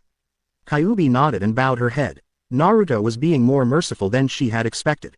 But she was thankful to him, and decided she would use this opportunity to improve her standing in the blonde's eyes and serve him as best she could. I understand, Naruto-sama. Now then, Raizen Oji-san said something about binding you to me so that you could help me reach my full potential. It was here, finally, that Naruto noticed Kyuubi's blush, and despite feeling a little unsure about its meaning pressed on. So how do we do this binding thing? Well, Kyuubi's blush deepened a bit. Despite having had kits of her own before gaining her 9 tails, she had never done the binding ritual. Her marriage, for lack of a better word, had been one of convenience. While the Kitsune clan had been powerful and well respected, the truth was there were very few Kitsune, numbering somewhere around 200 or 300 before they had been wiped out. Well, you have to, she mumbled something under her breath that Naruto could not catch even with his enhanced hearing. What was that? Naruto asked. You have to mark me, Kyuubi said, her blush increasing in hue. Naruto's eyes fluttered a bit as his mind went through some of the pieces of information that Raizen had imprinted in his mind. It was an odd process, and it seemed that learning more about his heritage required keywords being said. Otherwise, he was sure that the information would have come to him sooner and he would not have had to ask about the process.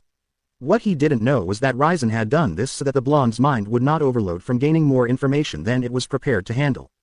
Given that there was thousands of years' worth of knowledge locked away in Naruto's head now, it was probably a good idea. He found what he was looking for, and soon enough, he was blushing as well. Arrow Demon, Naruto muttered. He turned to look at Kyuubi, who squirmed under his gaze. We don't have to do this if you don't want to, he told her. While he had accepted his demon heritage, he wasn't quite sure he was ready to accept binding someone to him like that. Kyuubi shook her head. I really don't mind, Naruto-sama. Naruto raised an eyebrow. You mean to tell me you don't care if I basically mark you as my property? Kyuubi looked down at the ground, gaining a sudden interest in her toes. I have already sworn myself to you, this would not make a difference. Naruto sighed as he walked up to her. Are you sure about this? Kyuubi said nothing but gave him a nod. Naruto sighed as he went through his mind about what he knew on marking. He frowned in thought as he came upon how it was applied. There were 2 ways to mark someone. The first was the mark of a slave, usually from a demon biting someone on their arm or calf. In many ways it reminded him of how cattle were branded when he had a D-rank mission at a farm once. The second was the mark of a life mate. This was always located on the neck and was usually done during intercourse. Naruto grinned as a thought occurred in his mind. The blonde didn't know how it came about, but he decided it was a good idea, and it would be funny to see Kyuubi's reaction. Acting too quickly for Kyuubi to do anything, Naruto wrapped an arm around her waist, pulled her close and sank his fangs into her neck. Na Naruto-sama, Kyuubi squeaked in surprise. That soon turned into a moan of ecstasy, however, as Naruto flooded her body with his demonic yokai. While it was not as intense a feeling as it would have been if they had been in intercourse, it was far more intense than anything she had ever felt. Her entire body shuddered as a wave of absolute ecstasy washed over her. Had she been in her right mind, Kyuubi would have embarrassed when she came just from feeling the blonde's power coursing through her body. As it was, the only person who noticed was Naruto when he picked up the scent of her flowing juices.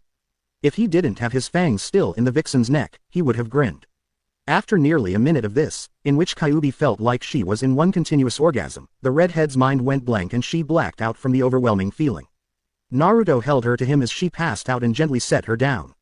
The blonde sat himself down and pulled the woman's head into his lap. He took a moment to examine her features. Kyuubi really was a beautiful woman, he decided. Absently, he wondered why he wasn't blushing from that thought. Had it been just a few hours ago he would have been a mess for even thinking something even remotely perverted. As it was, he felt no real embarrassment about his thoughts, nor was he embarrassed about his desire to mate with Kyubi. Which was another surprise, considering just moments ago he had still been angry at her for his parents' death. These thoughts left him and the blonde blinked in surprise when he saw himself begin to fade from the seal. Birth of the new Demon King. Naruto opened his eyes and found himself in his room again. He blinked a few times as the memory of his clone working on the seals hit him. It was very strange, like seeing out of another pair of eyes that were not his own. Of course, given that they were his clones, they technically were him, but it didn't change the fact that the whole thing felt weird. I wonder why I never noticed that I get the memories of my clones before. Naruto asked himself. He'd been using the Kage Bunshin no Jutsu for months now, ever since he had learned it from the Forbidden Scroll of Sealing during that trumped-up academy graduation exam that traitor Mizuki said he could do. It was the jutsu he had used the most ever since. Then again that could be why. Whenever he made clones it was never just one or two. Naruto normally spammed out several dozen at the very least. Perhaps that was why he never noticed. He simply used so many of them that the feedback effect was negated so as not to put undue stress on the mind. Whatever the case was, he would need to think of a use for this new ability soon. Before he could think further on the subject, his mind was pulled away by something unusual happening. He looked down in surprise when he saw red chakra coming out of his seal, and became shocked when it began to form a shape that he recognized as distinctly feminine. Soon enough the shape was completed and Naruto found a still sleeping Kyubi lying on his lap. The first thing he noticed about her was the content look on her face as she dozed. Her beautiful features were carved into a content smile that made her look like she was having a very pleasant dream. The second thing he noticed was that she was completely bereft of clothes.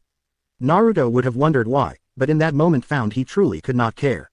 The blonde found his eyes wandering over Kyubi's form, the two large, beautiful mounds that made up her bosom, with their dark pink nipples and areola. Her rose and fell in time with her breathing, jiggling ever so slightly to show that they were firm yet soft.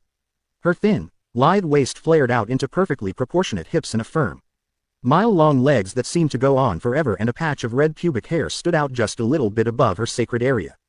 As it was only through sheer will, which even as a human had been firmer than the strongest steel, kept him from mating with her. While getting his urges under control he wondered how she was out of the seal. But given how soon she had come out since he had given her his mating mark, he figured it likely coincided with that. He created a shadow clone with his demonic Uchiha so that it would last longer. Being careful not to jostle the sleeping demoness, Naruto stood up and gently set Kyubi in the bed. He was about to let go of her, but Kyubi, as if sensing him leaving, latched onto him, pulling him down on top of her. Before he was able to react Kyubi rolled over so she was now on top, where she began to cling and nuzzle into his chest, sighing in content. Naruto soon became distinctly aware of the feminine assets pressing themselves against his body and was hard-kept not to pass out, or keep Naruto Jr. from waking up. He turned to his clone and glared when it began to snicker. Continue to laugh and I'll use the replacement jutsu on you. You say that like it would be a bad thing, his clone said. The clone had a point, though Naruto didn't appreciate the smart comment from it. Just go. Transform yourself into a random shinobi and get some real clothes. Remember, get something that will be concealing for now. Naruto looked down at Kyubi. Also make sure to buy some clothes for Kyubi. Her size is 9'8", 4'8", 9'6". I wonder how I knew that. He asked himself, before determining the reason was unimportant. All right, his clone said dismissively. The Naruto clone looked at him, gave his creator a cheeky grin. Have fun being an oversized plushie. Naruto did not get to say anything as his clone ran over to the window and disappeared in a burst of speed. With nothing else to do, Naruto sighed as he continued trying not to allow his lower head do his thinking. Eventually exhaustion got to him and he fell asleep as well. Birth of the new Demon King. The next morning was rather interesting for both Naruto and Kyubi. The two had refused to look at each other all morning. Well, Kyubi refused to look at Naruto. Every time he had tried to get her attention she would look at him for a second, before flushing bright red and looking away. It was clear she was embarrassed, and Naruto couldn't help but find her flustered state adorable. Naruto sighed as he finished drying off and got dressed in his new clothes. A pair of dark black pants, that were slightly flared out to hide his new muscles. A black sleeveless shirt, bandages that he had managed to dye orange wrapped around his arms and legs. Despite his new demonic blood, his love for orange could not be denied. A pair of black close-toed ninja sandals with steel tips. Black fingerless gloves with a non-reflective gray metal plating on the back. Black forearm protectors and a new black headband. Over all of this he threw a long black cloak that reached down to his ankles and came with a hood that hid his face, and wore a face mask similar to Kakashi's. Finished changing, Naruto walked out of the restroom to see Kyuubi look up, only to look away a second later with a bright red face. "It's your turn," Naruto said. While he wasn't embarrassed about waking up with a Kyuubi on top of him like the vixen was, he knew that being in such close physical contact after having gone so long without was going to take some getting used to. He couldn't even begin to imagine how Kyuubi felt. After all, she had been sealed for Kami only knew how long. Kyuubi mumbled a thanks as she walked into the bathroom. Naruto heard the shower turn on and decided to get some more sleep. Moving over to the bed he flopped on it and closed his eyes. Birth of the new Demon King. Kyuubi sighed as she got out of the shower, feeling much more in control of herself than she had the half an hour before she had first got into the shower. It had been nice, luxuriating in the feel of the warm water stinging her back, the way the droplets had traced patterns down her skin. It had been so long since she had actually taken a shower, having been sealed inside of Naruto for nearly 13 years, Kushina for over 20 years and Mito for over 80, so she had taken this opportunity to get as much enjoyment out of the relatively simple act as possible. Truly, some people didn't know how good they had it until it was gone. Wrapping a towel around herself, the elegant beauty made her way over to the mirror and looked at her reflection. Not much had changed about her since the time she had been sealed. In fact, almost nothing had changed about her despite having been in her fox form for nearly 200 years. It was nice to see that the abuse she had suffered from the humans constantly stealing and using her power had not caused her body to suffer in any way, shape, or form. Though she realized that her powers would likely be out of practice for some time to come. The only thing about her that was different, which also happened to be the thing that made her blush the moment her eyes landed on it, was the mating mark that Naruto had placed on her sitting prominently near the junction between her neck and collarbone. It looked like the spiral she recognized as the symbol for the Uzumaki clan, but surrounding it were several odd lines that reminded her of the tattoo under Raizen's left eye. She let one of her fingers delicately trace along the mark, admiring it and allowing herself to daydream, if only for a moment. When Raizen had defeated her in combat with relative ease, she had known then and there that he was a demon any demoness like herself would be willing to give all her tails for just to mate with. It had gotten even worse when she had become his second in command and formed what amounted to a fangirlish crush on the most powerful demon king. Despite her crush however, nothing had ever amounted to it. Raizen had fallen in love with some filthy ninja and she had been forced to watch him wither and die. Now his descendant, her former host, had come into his own demonic heritage. In the short time since Naruto's rebirth, he had proven to be Raizen's descendant. While the blonde had some of his own personality quirks, such as his love for orange and ramen, he was very much Raizen's descendant. He even acted just like the man, from what she had seen. Due to the blonde's new attitude it was no wonder she was feeling so flustered around him, and she couldn't help but think about what it would be like to truly mate with the blonde. Reality struck a second later and Kyuubi remembered her place. She had made Naruto's life hell, and didn't deserve to be with someone like him. Looking at the mark again she wondered why Naruto had given her a mating mark rather than a mark of servitude. Surely for one such as her, the simple mark of a slave would have been more fitting. After all the horrible things her presence in his life had caused, she did not deserve to be treated kindly. With a sigh, Kyuubi shook the depressing thoughts away. It would not do for her to question her master on things like this just to satiate her curiosity. What was done and nothing would change that. She would simply have to accept her role in Naruto's life and help him as best she could to atone for her sins. With these thoughts in mind, Kyuubi moved to hang up her towel on the rack. However, as her eyes strayed the bathroom, she quickly realized that something was missing. She had left her clothes outside. Moving over to the door she opened a small crack and looked out. Naruto was lying on the bed and looked like he was sleeping. That was good. The last thing she needed was for him to be awake and see her in such an embarrassing state. Looking around a little more, Kyuubi saw the new clothes Naruto had bought her. She quickly squashed down the warm feeling that thought brought her, lying on a chair several feet from the bed that the blonde was laying on. Wanting to get her clothes quickly, Kyuubi rushed into the room and grabbed the clothes she was going to wear. She had just turned around to make her way back into the restroom, only to stop when a voice spoke up behind her. "You know, if I didn't know any better I'd say you have an exhibitionist streak." Kyuubi turned and blushed heavily as she saw Naruto, wide awake, and with a "cat that ate the canary" look on his face. Naruto's grin increased as he spotted the blush. "Or is it that you just wanted to give me a good show?" Kyuubi let out an "eep" as she raced into the restroom, completely embarrassed at her master having seen her in her state. While it was true that her body belonged to him, she had only ever been seen by one person. And after she had done her duty for the clan and had a kit, they never even saw each other afterwards. Naruto chuckled a bit. It was so amusing seeing the woman, who just so happened to be the strongest Biju in existence, blushing like a little schoolgirl. However, as soon as the thought came and went, confusion took its place. Why had he just done that? It didn't make sense. He had never flirted or teased a girl before, ever. The closest he had gotten to flirting would be how he would loudly ask Sakura out on a date when he had still been an attention-seeking idiot. It was almost like he had another person inside of his mind creating all of these thoughts and desires, telling him to do things like tease Kyuubi when she had come out of the restroom and telling him to mate with her to make the mark on her complete. What he didn't know was that due to his demonic heritage and the power he now had flowing through him, as well as his potential being unlocked, his mind was beginning to reform into what it would have been had the Hake Fuin 8 trigrams sealing style not sealed up his demonic properties. This gave him an enhanced IQ, along with a libido that would put any human or demon to shame. His little teasing episode a few seconds ago had been nothing more than instincts talking. He decided then and there not to worry, whatever was happening did not seem bad. He had learned long ago not to look a gift horse in the mouth, and this certainly seemed like a gift. After all, who else can say they can make the Kyuubi blush? He thought with a chuckle. He was shaken from his thoughts when the restroom door opened. Looking up he saw a still red-in-the-face Kyuubi, only now she was clothed, much to his disappointment. She was wearing the red kimono he had gotten her, which was similar to the one she had in his mindscape except there was no V-cut to show her cleavage. That was a bit disappointing but he kept that thought to himself.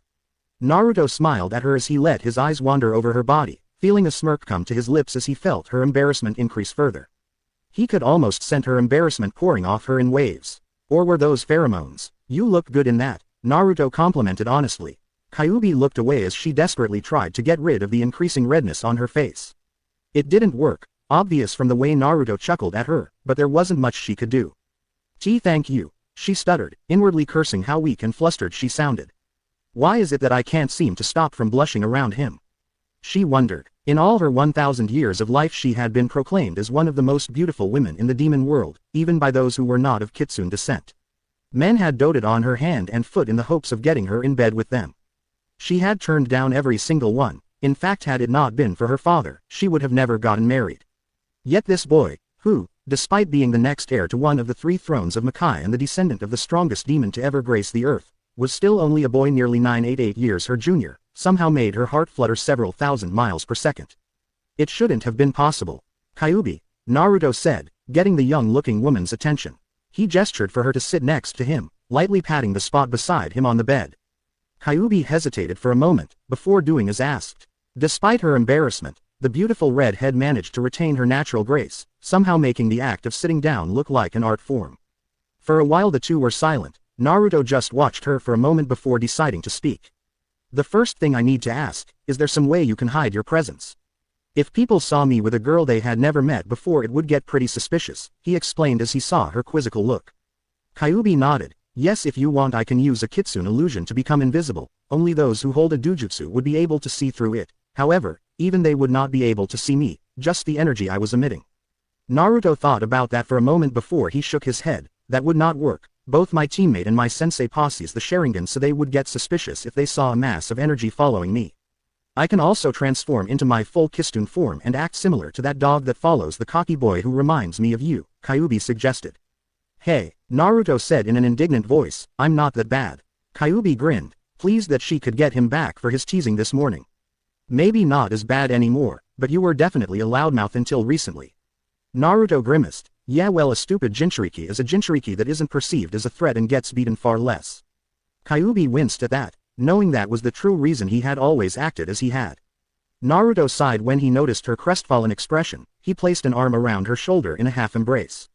Don't worry about, I already said it's not your fault. Kyuubi smiled, not resisting the blonde's pull as she laid her head on his shoulder.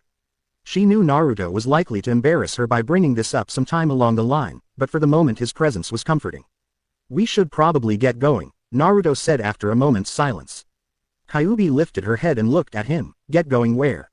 Naruto gave her a grin. Well, Sakura and Sasuke are likely to be awake by now. They'll probably come looking for me at some point. And I don't know about you, but I have no desire to be anywhere near them right now. Naruto stood up. So I'm going to find some place to train until the second stage ends, or at least some place those two won't think to look until the next stage of the exam.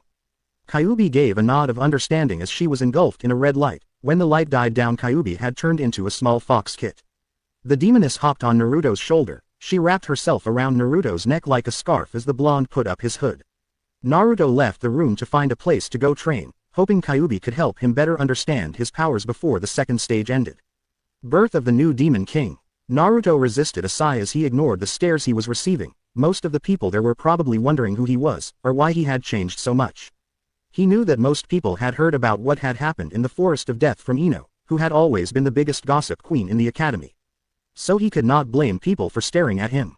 Still, it was very annoying and he wished they would stop. Maybe if I cracked a few skulls in. He shook his head and instead of paying attention to the stares he was receiving, Naruto looked around to see who his competition was. Aside from his team, 5 other Leaf teams had made it past the second stage, most of which were rookie genin teams like his own. There was also the Odo team that had given him their scroll.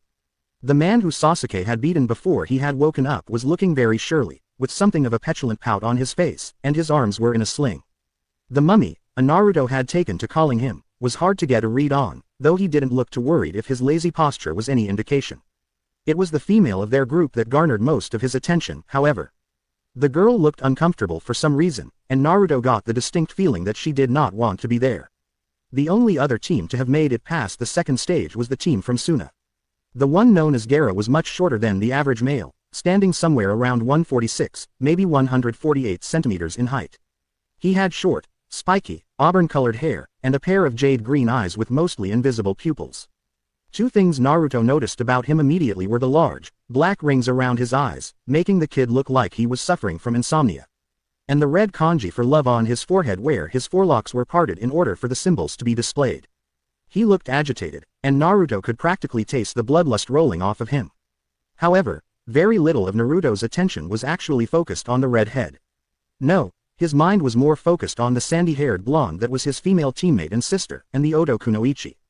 While neither could compare to Kyuubi, they were both rather beautiful, and they were still young so their bodies were only just filling out. He looked over to his left and saw the female weapon user of Team 10, who was also very attractive in her own right. Naruto frowned as he felt his urges welling up. It didn't help that both Kurenai and Anko were there as well. Fortunately, he managed to bring them back to heel with a few deep breaths. He was going to have to work on keeping his body under control or he was liable to do something he'd regret later. Sighing, the blonde tried to focus on the area around him. They were in a large theater that looked like it was some kind of training area. He, along with the other genin, were standing on a stone-tiled surface. Up in front of them was none other than Sarutobi Hiruzen, who was standing on a slightly raised platform. Behind Sarutobi stood the proctors Anko and Ibiki, who were looking out amongst the crowd.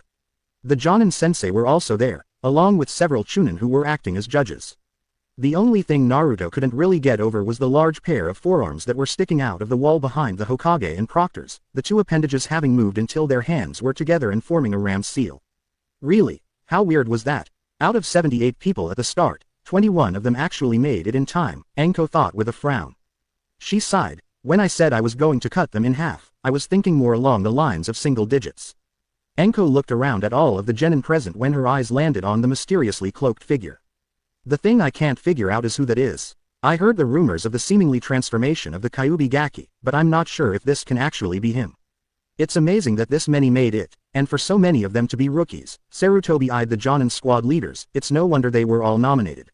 Sarutobi looked over the genin before his eyes landed on the spot where Naruto was supposed to be. In his place was a genin who seemed to have caused a lot of commotion, and according to rumor compliments of one Yamanaka Ino defeated Sasuke in his cursed sealed state.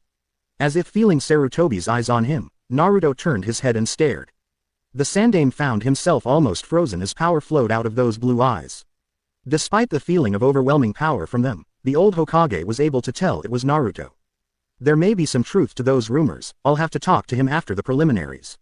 To everyone who made it this far, congratulations in passing the second stage of the Chunin exams, Anko said. Listen carefully as Hokage-sama explains the third stage of these exams. Before I explain the third stage of these exams to you, there is something I would like you all to know, Sarutobi said by way of introduction. That is the true reason for these exams, that seemed to catch many of the Chunin hopefuls off guard. The only one who did not seem to be caught off guard was Naruto.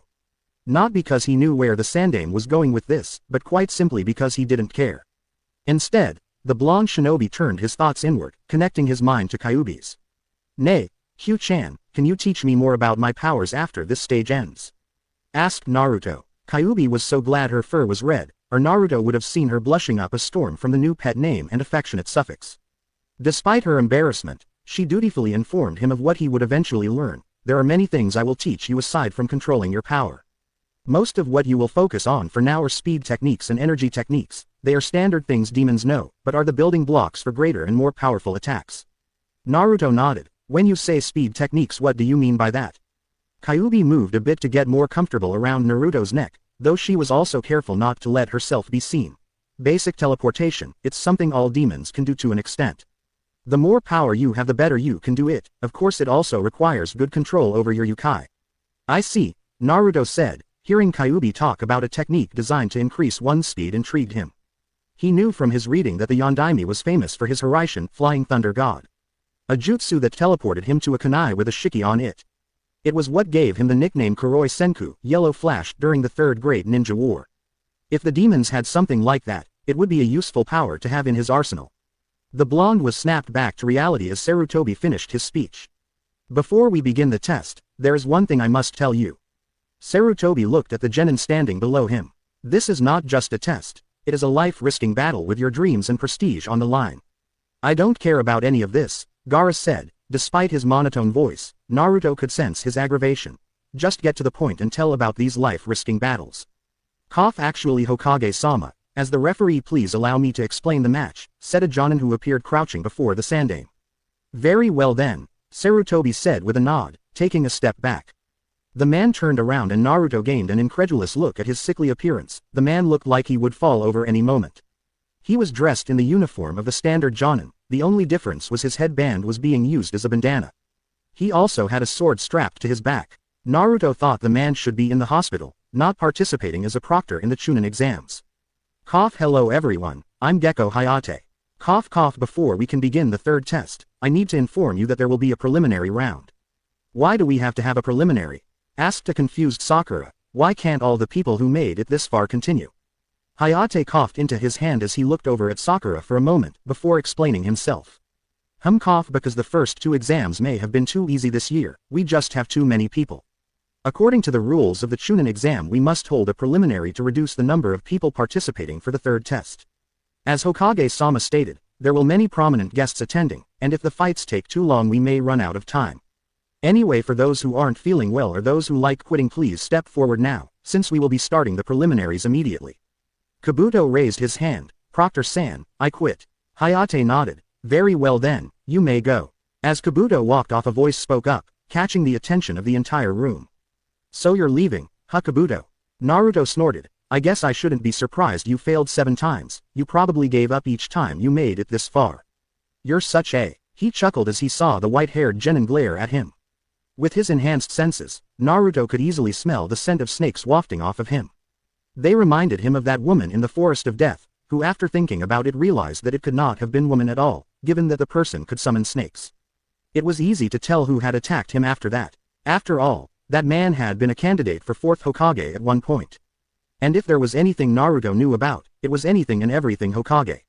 Kabuto grit his teeth as the cloaked blonde insulted him, but calmed himself. After all, it would not be a good idea if he showed his true skill, or give the Hokage reason to believe he was a spy. As Kabuto calmly walked towards the arena door, he smirked.